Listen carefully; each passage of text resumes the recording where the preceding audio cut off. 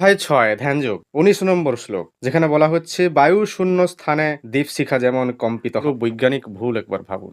আপনি cross check করতে পারেন, কোনো অসুবিধা নেই। আমি যে নমস্কার, আমি অরূপ।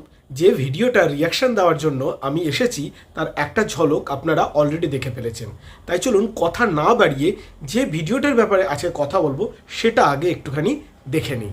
বায়ু শূন্য স্থানে কোনোদিন আগুন জ্বলতে পারে না, এটা আপনিও জানেন, আমিও জানি। অক্সিজেনের অভাব হয়, কিন্তু গীতা অন্য কথা বলছে। আপনারা জানেন গীতা অনেক রয়েছে, অজস্র, অসংখ্য, কিন্তু তার মধ্যে সবচেয়ে জনপ্রিয়, যেটা দেশে বিদেশে সবচেয়ে বেশি মানুষ পছন্দ করে, সেটা হলো শ্রীল প্রভুপাদের শ্রীমদ্ভাগবত গীতা যথাযথ। আপনারা অন্য গীতা থেকেও এটা ক্রস চেক করতে পারেন। অধ্যায় ৬ ধ্যানযোগ ১৯ নম্বর শ্লোক যেখানে বলা হচ্ছে বায়ু শূন্য স্থানে দীপশিখা যেমন কম্পিত হয় না, চিত্তবৃত্তির নিরত অভ্যাসকারী যোগীর চিত্ত তেমনি ভাবেই বিচলিত থাকে। তাহলে কত বড় বৈজ্ঞানিক ভুল একবার ভাবুন।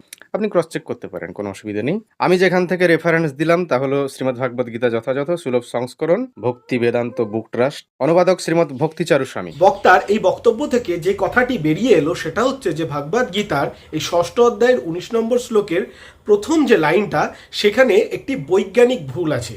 অর্থাৎ এমন একটি কথা বলা আছে যেটা নাকি বিজ্ঞানের পরিপন্থী, অর্থাৎ বিজ্ঞান এটাকে মান্যতা দেয় না।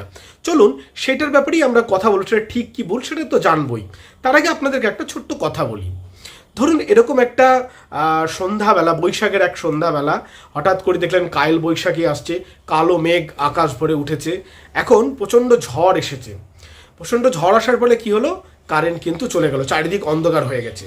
ধরুন আপনার নাম সুনীল, আপনার মা আপনাকে ডেকে বলল, এই সুনীল তুই একটা চল মোমবাতি জ্বালা তাড়াতাড়ি, প্রচণ্ড অন্ধকার হয়ে গেছে। আপনি কি করলেন, মোমবাতিটা নিলেন, একটা দেশলাই নিলেন এবং সেটিকে জ্বালানোর চেষ্টা করলেন। কিন্তু কি হচ্ছে, প্রচণ্ড জানলা দিয়ে হাওয়া ঝুঁকছে, প্রচণ্ড ঝোড়ো হাওয়া বা জোরে হাওয়া, সেখানে কি হচ্ছে, বারবার আপনি মোমবাতিটা নিভে যাচ্ছে বা দেশলাইটা জ্বালাতে পারছেন না। তখন আপনি কি করবেন?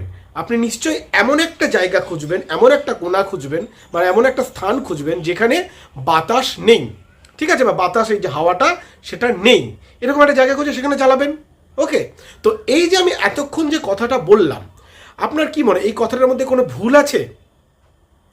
আপনার হয়তো মনে হচ্ছে না এই কথার মধ্যে তো কোনো ভুল নেই, এটা তো ঠিকই, তো এরকম তো হয়, এটা তো সাধারণ ব্যাপার। কিন্তু কারো কারো মনে হতে পারে যে এই কথাটার মধ্যে ভুল আছে। কীরকম ভুল? ওই যে আমি বললাম যে এমন একটা জায়গা খুঁজলাম যেখানে হাওয়া নেই, বা সুনীল এমন একটা জায়গা খুঁজলো যেখানে বাতাস নেই, সেখানে গিয়ে ওই আপনার হচ্ছে মোমবাতিটা জ্বালালো। এই কথাটা ভুল, যে বাতাস নেই অর্থাৎ বায়ু শূন্য স্থান, অর্থাৎ ভ্যাকিউম নেই। ভ্যাকিউম মিনস হচ্ছে সেখানে অক্সিজেন নেই, অর্থাৎ সেখানে কি করে আগুন জ্বলবে? এক্স্যাক্টলি।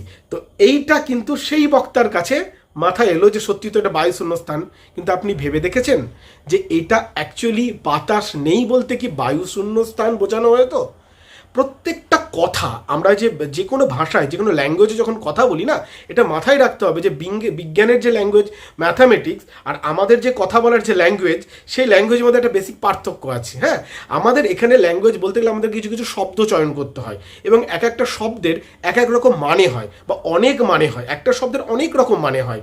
যেমন ধরুন বলি আপনাকে একটা, এবং শুধু মানে হয় না, একটা শব্দ সেম থাকলো, বা শব্দ দু তিনটে শব্দ মিলে যে একটা বাক্য হয়, একটা বাক্য সেম থাকলো, সেই বাক্যের সাথে ভাব কি জুড়ছেন তার বেসিসে কিন্তু শব্দের বা বাক্যের মানে পাল্টে যায়। যেমন ধরুন আপনাকে আমি একটা ছোট্ট উদাহরণ দিই। যেমন আপনাকে বললেন, ধরুন আপনাকে কেউ একটা বললো যেটা বলছে, কি বলছেন?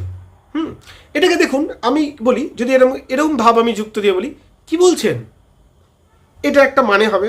বলছেন কি বলছেন, এটার একটা মানে, কি বলছেন, এটা একটা মানে। তো একই শব্দ, বাস বলা ভুল হলো আমার, একই বাক্য, কারণ দুটো শব্দ জুড়ে গেছে, একটা বাক্য হয়ে গেল। একই বাক্য, তার পেছনে শুধুমাত্র ভাবটা পরিবর্তন হয়ে গেল বলে কিন্তু এই একই বাক্যের মানে কিন্তু পাল্টে পাল্টে গেল। ঠিক আছে, সেরকমভাবেই বায়ুশূন্য স্থান বলতে এই যে সুনীলের গল্পে যে কথাটা বলা হলো, সেই বায়ুশূন্য স্থান মানে কিন্তু বিজ্ঞান যে বায়ুশূন্য স্থান লিটারেলি মানে করলে যে বিজ্ঞানের চোখে যে ভ্যাকিউম বলতে যা বোঝায়, সেটা কিন্তু এক জিনিস নয়। এবং বাংলায় বা এই যে যখন যেখানে বাতাস নেই, যেমন আমরা অনেক সময় বলি না, এখানে একদম গরম লাগছে, একদম হাওয়া নেই, বা এই পাখাটা না একদম হাওয়া আসছে না, বা পাখাটার হাওয়া নেই, এটার মানে কি ওই জায়গাটা হাওয়াহীন, হ্যাঁ, বা বাতাসহীন? তা কিন্তু নয়। এবার চলে আসুন ভাগবত গীতার এই শ্লোকাটার মানেতে কি অ্যাকচুয়ালি বলা হচ্ছে। আমি বইটা নিয়ে নিয়েছি, আমি যেটা ফলো করি যে বইটা, যাই হোক সব গীতাতে শ্লোকা তো একই, শ্লোকার মানে দেখে দেখে পড়তে হয়। তো যেখানে বলা হয়েছে এই শ্লোকটাতে যে যথা দীপ নিবাতস্থ নেঙ্গতে সোপমা স্মৃতা। আমি প্রথম লাইনটাই পড়ছি শুধু, কারণ কি এই লাইনটা নিয়েই ওনার বক্তব্য রয়েছে। তো এখানে বলা হচ্ছে যে যথা দীপ, যেখানে দ্বীপ, নিবাতস্থ এই ওয়ার্ডটা নিয়েই সমস্যা হচ্ছে, যে নিবাতস্থ অর্থাৎ বাত মানে হচ্ছে হাওয়া, তো যেখানে নিবাত মানে হচ্ছে যেখানে হাওয়া নেই, স্থ মানে হচ্ছে সেই স্থান, মানে স্থান স্থ মানে যেমন গৃহস্থ, হ্যাঁ আমরা স্থ ইউজ করি টু মানে সেই স্থানটাকে বোঝানো, যে সেই স্থানে, ওকে। তো সেটাই আর কি। তো যেখানে দ্বীপ, হ্যাঁ নিবাতস্থ মানে যেখানে বাতাস নেই, ওকে। নে ন ইঙ্গতে, ইঙ্গতেটাকে হচ্ছে ন ইঙ্গতে, ইঙ্গতে কথাটা মানে হচ্ছে যেটা নড়ে না। সো উপমা স্মৃতা, সো উপমা মানে এই যেটা এটা একটা উপমা হিসেবে তুমি ধরো, স্মৃতা এটা জানো, স্মৃতা মানে এটা জানো, ওকে। তার মানে কি হলো, বলা হচ্ছে যে একটা দ্বীপ বাতাসহীন স্থানে যে কি হয়, সেই শিখাটা নড়ে না, ওকে। এবার আপনি বলুন নিবাতস্থ মানে এখানে উনি এটার মানে করলেন যে এটা বায়ুশূন্য। হ্যাঁ, আপনি যদি সংস্কৃত টু হচ্ছে কি বলে বাংলা সংস্কৃত টু যে কোনো ডিকশনারিতে যান, যদি আপনি নিবাতস্থ দিন তাহলে ভ্যাকিউম আসতে পারে, বা ভ্যাকিউমের যদি আপনি সংস্কৃত ট্রান্সলেশন করেন তাহলে আসতে নিবাতস্থ দিতে পারে। এটার মানে এটা নয় যে এই বাতস্থ বা নিবাতস্থ কথার মানেই যে বায়ুশূন্য স্থান মানেই যে ভ্যাকিউম, তা কিন্তু নয়। কেন কি মাথায় রাখতে হবে, আধুনিক বিজ্ঞানে ভ্যাকিউম বা বায়ুশূন্য স্থান বলতে সেই সময় কোনো শব্দ ছিল কি না, বা এই শব্দ দিয়ে সেই সময় সেই শব্দটাকে বোঝানো হতো কি না, এই নিয়ে কিন্তু কোনো মানে কি বলো কোনো সঠিক কোনো প্রমাণ নেই, ওকে, যে এটা মানে ওটা, ওকে। উল্টো দিকে দেখুন, বাতাসকে বোঝানোর জন্য সংস্কৃতে অনেক শব্দ ব্যবহার করা হয়, যেমন মারুত, ঠিক আছে, পবন, ঠিক আছে, সেরকম হচ্ছে বাত। তো বাত শব্দটা না স্পেসিফিক্যালি আমি আমার যেটা পর্যালোচনা, বাত শব্দটা না বেসিক্যালি মুভিং এলিমেন্টকে বোঝানোর জন্য বলা হয়। যেমন ধরুন আয়ুর্বেদে বাত কথাটা ইউজ আছে, পিত বাত কাফ। তো ওই বাত কাদেরকে বলা হয়, যারা খুব দুবলা পাতলা হয় এবং খুব মানে দৌড়োদৌড়ি করে, ছোটাছুটি করে, তো সেইটাকে বোঝানোর জন্য বাত হয়। এবং ইভেন সংস্কৃত ডিকশনারিতে যদি আপনি বাত শব্দটা সার্চও করেন তাহলে সেখানেও দেখতে পাবেন বাত মানে কিন্তু মুভিং এলিমেন্ট, যেটা আর কি চলছে বা যেটা যে বাতাসটা বইছে, হ্যাঁ এই ধরনের জায়গাটাকেও কিন্তু এই বাত কথাটা ইউজ করা হয়, ঠিক আছে।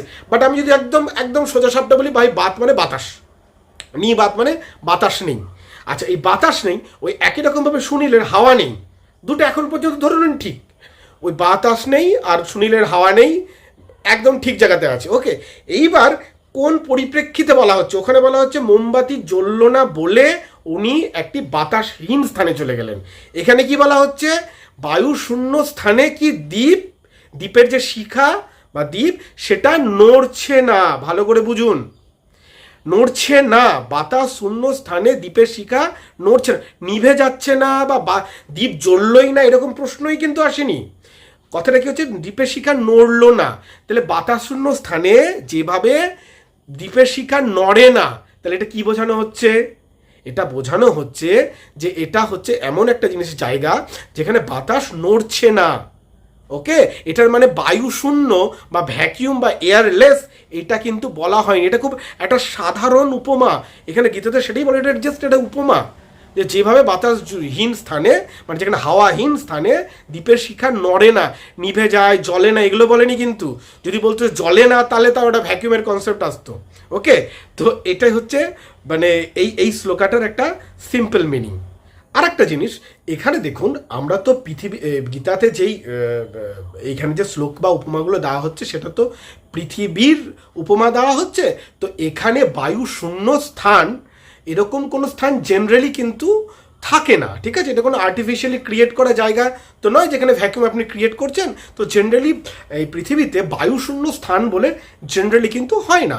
তো সেখানে দীপশিখা জ্বলবে না, যদি বায়ুশূন্য স্থান হয় তাহলে তখন দীপশিখা জ্বলবেই না, এক নম্বর। আর দুই নম্বর আরেকটা জিনিসও বলা যেতে পারে, দেখুন বাতাসকে আপনি যখন এমনি বাতাস নড়ছে না ততক্ষণ পর্যন্ত কিন্তু বাতাসের ফিল আমরা পাই না। যে মুহূর্তে বাতাস মুভ করা শুরু করে তখন কিন্তু আপনি বাতাসের ফিল পাবেন।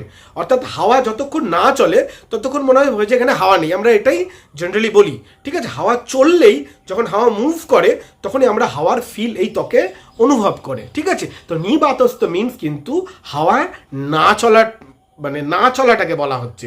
হাওয়া নেই বা হাওয়া শূন্য, এয়ার নেই, এই কথাটা কিন্তু নয়। এটা একটা সিম্পল উপমা। এইটা বোঝার জন্য না কোনো বড় সড়ো ইন্টেলেক্ট লাগে, সোজা জিনিসটাকে সোজা করেই বুঝুন, এর মধ্যে কোনো কিন্তু ইয়ে নেই। ঠিক আছে, মানে কোনো কমপ্লেক্সান কিন্তু নেই। ওকে, এবং কিসের জন্য বলা হচ্ছে, উপমাটা কিসের জন্য বলা হচ্ছে, পরের লাইনটা যদি পড়েন, যোগিনা যত চিত্তস্থ যুগত যোগ আত্মানা। অর্থাৎ যদি আপনি এরকম আপনার মন, এই যে বায়ু শূন্য স্থানে যেরকম কিনা আপনার কি বলে শিখা যেরকম নড়ে না, সেরকম যারা যোগী হন তাদের মন আত্মাতে, বা সেই যে আত্মার কথা যে ভগবান এর আগে বললেন অনেকগুলো অধ্যায়ে, যে আত্মা কি, কেন আত্মার কি বলে আত্মার রিয়েল আত্মা যদি তুমি জেনে যাও তাহলে সেটাই যে আসল এই সংসারের যে মানে কি বলবো আসল যে তত্ত্ব সেটাকে জেনে যাবে। তো সে ব্যাপারে বলেছে, এবং সেই আত্মাতে যদি তোমার এই চিত্ত, যে যদি তুমি সেইটা স্থির করতে পারো, ঠিক আছে, তাহলেই তুমি আসল যোগী হবে, বা যোগীর আসল তোমার হচ্ছে বৈশিষ্ট্য তোমার মধ্যে প্রকাশ পাবে। ঠিক আছে, তো এটা একটা মোটা একটা মানে ব্যাপারটা কি, ব্যাপার হচ্ছে যে আমাদের মন যদি একাগ্র না হয়, আসলে এটা ধ্যান যোগের একটা ধ্যান যোগ যে অধ্যায় তার মধ্যে এটা একটা শ্লোক। অর্থাৎ বলা হচ্ছে যে আমাদের মন যদি একাত্ম না হয়, যেমন শিখা যেমন স্থির যখন হয় তখনই সে শুধুমাত্র ওপরের দিকে ওঠে, আর যদি হাওয়া চলে তাহলে শিখাটা কী হবে, নড়ে যাবে। ওকে, তো সেরকমই বলা হচ্ছে যদি আমাদের ধ্যান যদি স্থির না হয়, অর্থাৎ আমাদের যদি চিন্তা, আমাদের চিত্ত যেটা বারবার এদিক ওদিক করে, যেমন যদি কেউ পড়াশুনো করছে, একটা বাচ্চা, তার মাথায় এই খেলতে যাব, এই ওই ভিডিও গেম খেলবো, বা এটা করবো ওটা করবো, এর জন্য কি এগুলো ধরো একটা হাওয়া, যার জন্য তার মনটা বারবার নড়ে যাচ্ছে। ওকে, তো সেটা যদি না হয় তবেই সে পড়াশোনায় কনসেন্ট্রেট করতে পারবে। ঠিক আছে, তো এটা দিয়ে এটা বোঝানো হচ্ছে। ওকে, হতে পারে আমি ঠিক হয়তো বোঝাতে পারলাম না, বা আমারও জ্ঞানের লিমিটেশন থাকতে পারে। যদি আপনাদের কোনো এ ব্যাপারে আরও মন্তব্য থাকে আপনি অবশ্যই আমাকে কমেন্টে জানাবেন। আমি কিন্তু সবসময় জ্ঞান নিতে চাই, ঠিক আছে, দিতে অতটা চাই না। শুধুমাত্র এই ভিডিওটা করার এটাই উদ্দেশ্য যে আমি কাউকে আঘাত করতে চাইনি, কিন্তু কেউ যদি কোনো মিস ইনফরমেশন বা রং ইনফরমেশন যদি কাউকে দেয় সেটা কিন্তু ঠিক নয়। ওকে, এটুকুই শুধু বলার। ভালো থাকবেন, নমস্কার।